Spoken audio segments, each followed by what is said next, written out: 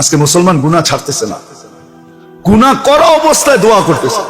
আমরা আল্লাহর কাছে যে দোয়া করি, গুনাহ ছেড়া করতেছি না, গুনার থেকে গুনাহ ছেড়া করতেছি না, গুনাহ করতেছি আর দোয়া করতেছি। অবস্থা আমাদের এরকমই, গুনাহ করতেছি আর দোয়া করতেছি। গুনাহ ছাড়া উচিত, কোন গুনার কারণে হলো এটা ভাবা উচিত, আর গুনার কারণে যদি হয়ে থাকে তো ওই গুনাহ দ্বিতীয় হলো ওই গুনাহ ছাড়া উচিত। মুসলমান আজকে গুনাহ ছাড়তেছে না, গুনাহ করতেছে আর দোয়া করতেছে আর অভিযোগ করতেছে, এত চাই তারপর আল্লাহ দেয় না। এই অভিযোগ তো করতেছি, গুনাহ ছাড়া উচিত। আর তৃতীয়, ইস্তেগফার করা উচিত, সারাদিন মাপ চাওয়া উচিত, আল্লাহর কাছে মাপ চাওয়া উচিত। এটা হলো তৃতীয়। পুরা মুসলিম উম্মার এখন মাপ চাওয়ার উচিত, আল্লাহর কাছে মাপ চাওয়া, যে আল্লাহ আপনি মাফ করে দেন, আমরা গুনাহ করছি। চাই সেটা ব্যক্তিগত সমস্যা হোক, পারিবারিক সমস্যা হোক, চাই সাংসারিক সমস্যা হোক, চাই ফ্যামিলিগত সমস্যা হোক, চাই সামাজিকগত সমস্যা হোক। সমস্যায় কি করা চাই? শুধু ফিলিস্তিনের সমস্যা না, সমস্যায় কি করা চাই এটা বোঝা উচিত। সমস্যায় কি করা চাই, কি করা চাই, কি করতে পারি। হাত তো এত লম্বা না যে আপনি ওই পর্যন্ত যাবেন, এখানে বসে কি করতে পারেন, বা আপনার ব্যক্তিগত সমস্যার জন্য আপনি কি করতে পারেন, সাংসারিক সমস্যার জন্য কি করতে পারেন, পারিবারিক সমস্যার জন্য কি করতে পারেন, সামাজিক সমস্যার জন্য কি করতে পারেন। কোরআন এই দিকই দিক, ইদা আসাবাতহুম মুসিবাতুন ক্বালু ইন্না লিল্লাহ। মুসিবত ছোট হোক আর বড় হোক, কেউ অসুখ তো অসুখ, ওই ছোট হোক আর দুটোটার নামই তো কি, হ্যাঁ, অ তারপরে অ টান দিয়া তারপরে সুখ বলতে হবে। সুখ, সুখ যে হারা ছিনায় নিয়ে গেছে।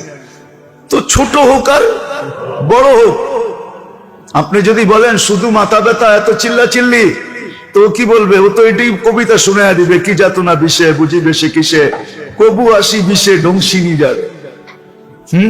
ও বলবে তোর মাথা ব্যথা হইলে তুই বুঝবি মাথা ব্যথা কি জিনিস, ঠিক না? কি অনেক সময় দাঁতে ব্যথা হয় না, কানে হয় না, হ্যাঁ, তো ওটাও তো চিৎকার বাহির হয়। কিন্তু অসুখ ঠিক তদ্রূপ। মুসিবত ছোট হোক আর বড় হোক, ব্যক্তিগত হোক আর পারিবারিক হোক, ফ্যামিলিগত হোক বা সাংসারিক হোক, বা স্বামী স্ত্রীর হোক, বা ছেলে সন্তানের হোক, বাপ বেটার হোক, আমরা তো আছে হয়তো তাবিজের দিকে দৌড় দিই, তাবিজ লাগবো, নাইলে সায়েন্টিস্ট লাগবে, ডাক্তারের কাছে দৌড় দিই, নাইলে কি আরো কি কি আছে না, পাথর দেয়। আমরা তো এদিকে দৌড় দিই, আসবাবের দিকে দৌড়ায়, শিখে নেয় যে মুসিবত আসলে কি করা চাই, কোন দিকে দৌড়ানো চাই, মুসিবত আসলে কোন দিকে দৌড়ানো চাই, কি করা চাই, কি আগে ভাবা চাই। সত্য এটাই, আল্লাহ কারোর উপরে অনার্থক জুলুম করেন না। ইন্নাল্লাহা লাইসা বিযাল্লামিল লিল আবিদ, সব ঘোষণা, আল্লাহ কারো উপরে জুলুম করেন না।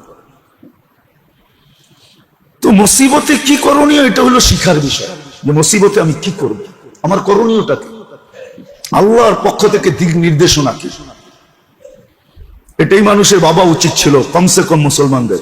কিন্তু আফসোস, আফসোস, আফসোস, মুসলমানও আজকে হায় অবস্থা এরকমই। সারা দুনিয়া তাদের চক্ষু দিয়া দেখতো, তারা আজকে চক্ষু হারায়া নিজেরাও অন্ধের হাতে হাত দিয়া চলতেছে, দুই অন্ধ মিলা হাত দিয়া চলতেছে। ওই কাহিনী সত্য, সব অন্ধ মিলা হাতি দেখতে গেছে, ঠিক না? একজন আরেকজনকে কইতেছে চল তোরে হাতি দেখায় নিয়ে আসে। আসার পরে বলতেছে হাতি কিরকম দেখছিস? তো যে পাও দেখছে হে কইছে পিলারের মতো, আর যে শরীর দেখছে ও কয় কালিনের মতো, আর যে কান দেখছে ও কয় এটা কুলার মতো, ঠিক না? এক একজনে যে যেটা দেখছে ওইটাই।